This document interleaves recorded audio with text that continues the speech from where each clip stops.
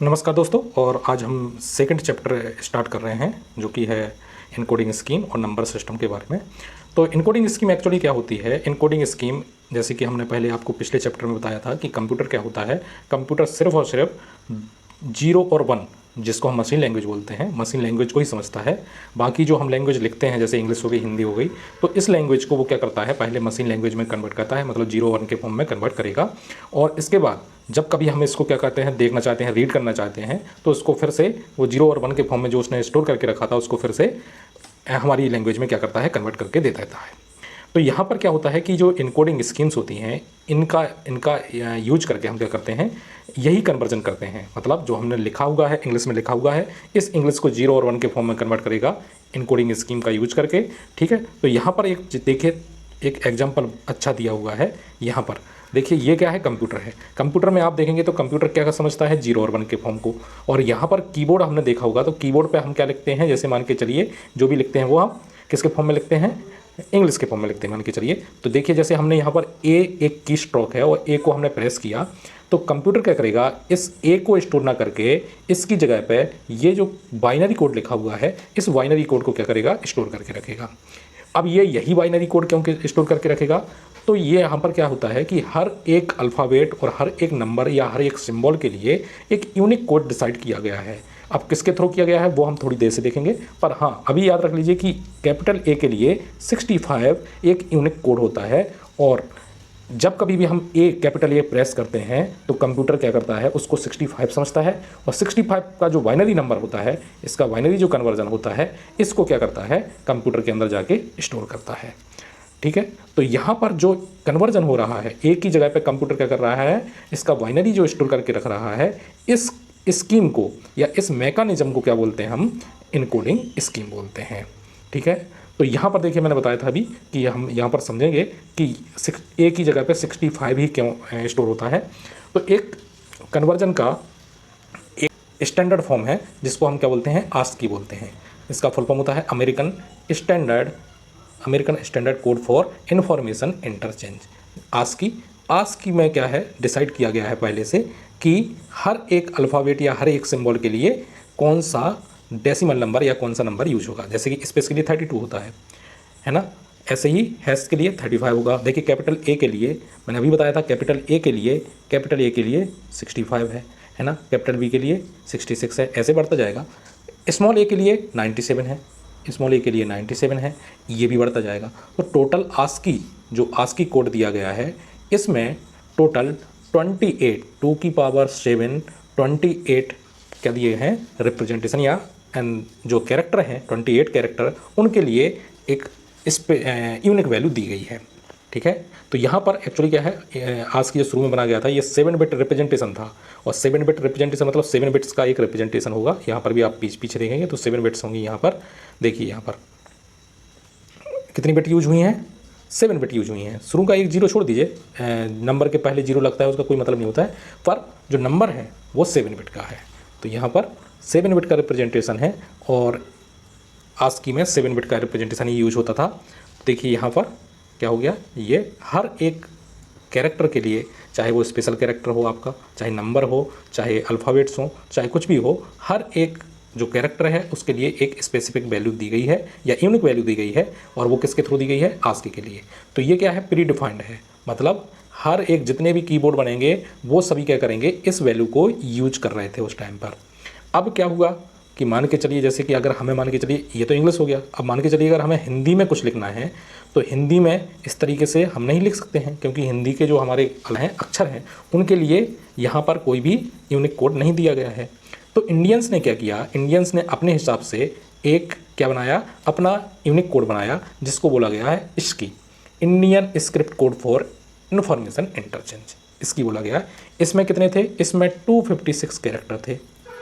मतलब ये 2 की पावर 8, मतलब ये हो गया 8 बिट रिप्रेजेंटेशन हो गया।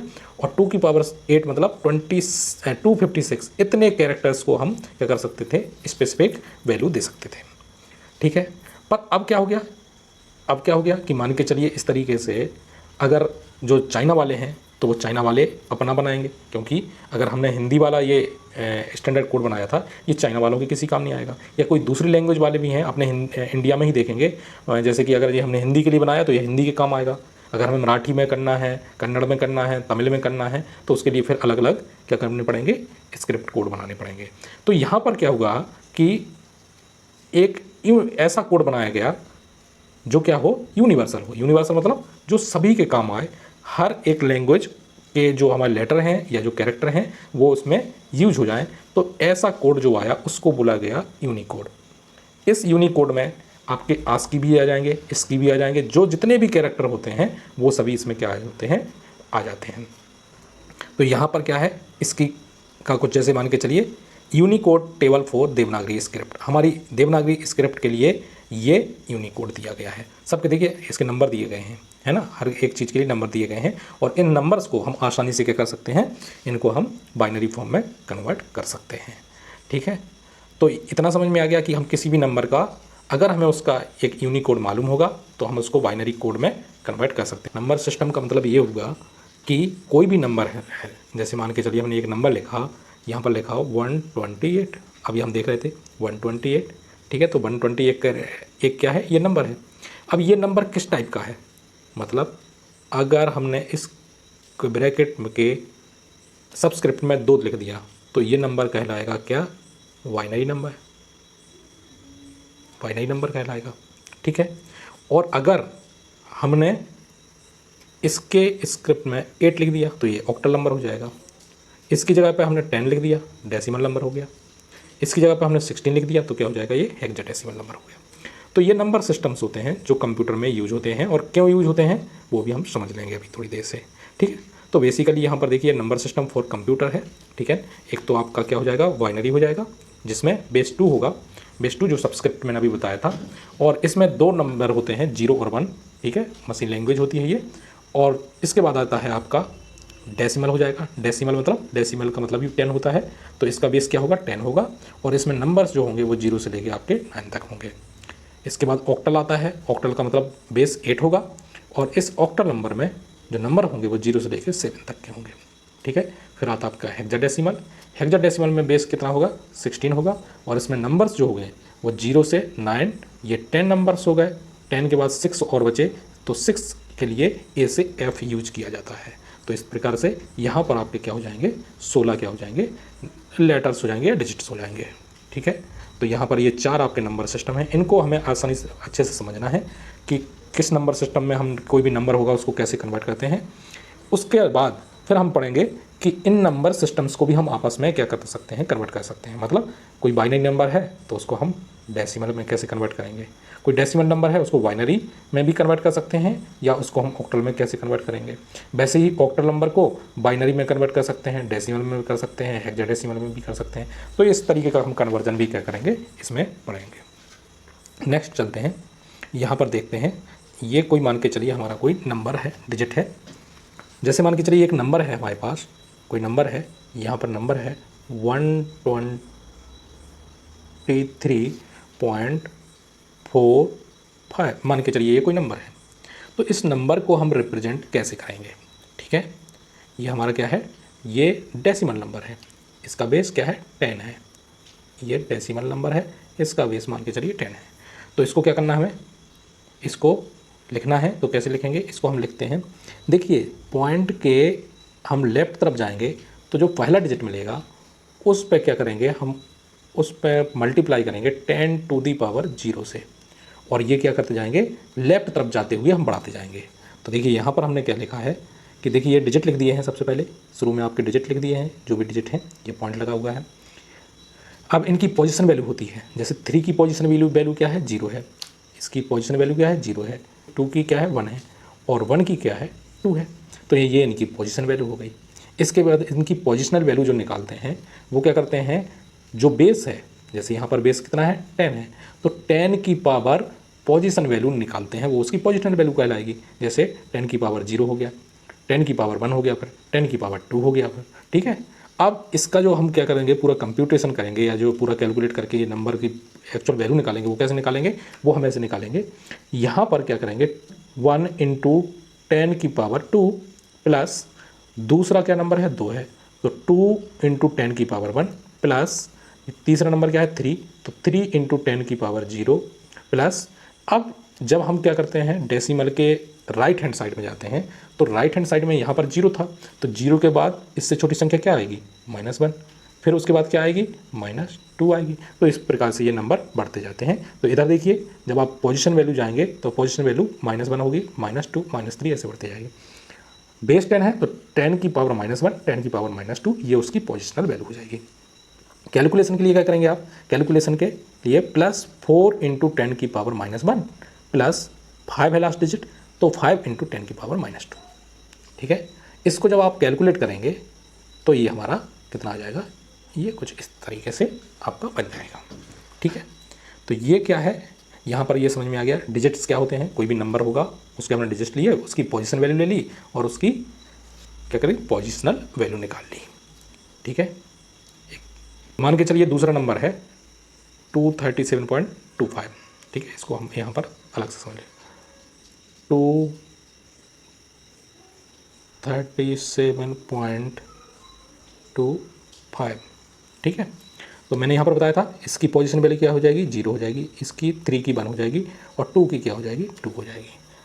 2 की पॉइंट के बाद 2 की -1 हो जाएगी, 5 की -2 हो जाएगी, 2 हो जाएगी। ठीक है, -2 हो जाएगी।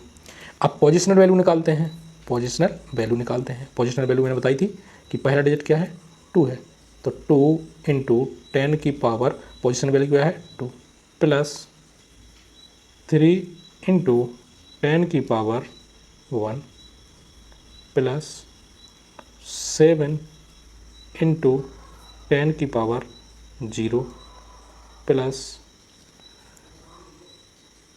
2 इंटू 10 की पावर -1 प्लस 5 इंटू 10 की पावर -2। ठीक है, तो अब हम इसको कैलकुलेट कर लेंगे। इसको कैलकुलेट करेंगे 10 टू द पावर 2 100 और 200 ये हो जाएगा 200 प्लस यहाँ पर 30 हो जाएगा प्लस यहाँ पर 10 टू दी पावर 0 या किसी की पावर 0 होती है तो वो 1 होता है, तो 7 इंटू 1 यहाँ पर 7 आ जाएगा प्लस ये कितना हो जाएगा, 2 इंटू 10 टू दी पावर -1 और 10 ये हो जाएगा 2/10, 2/10 मतलब 0.2 हो जाएगा प्लस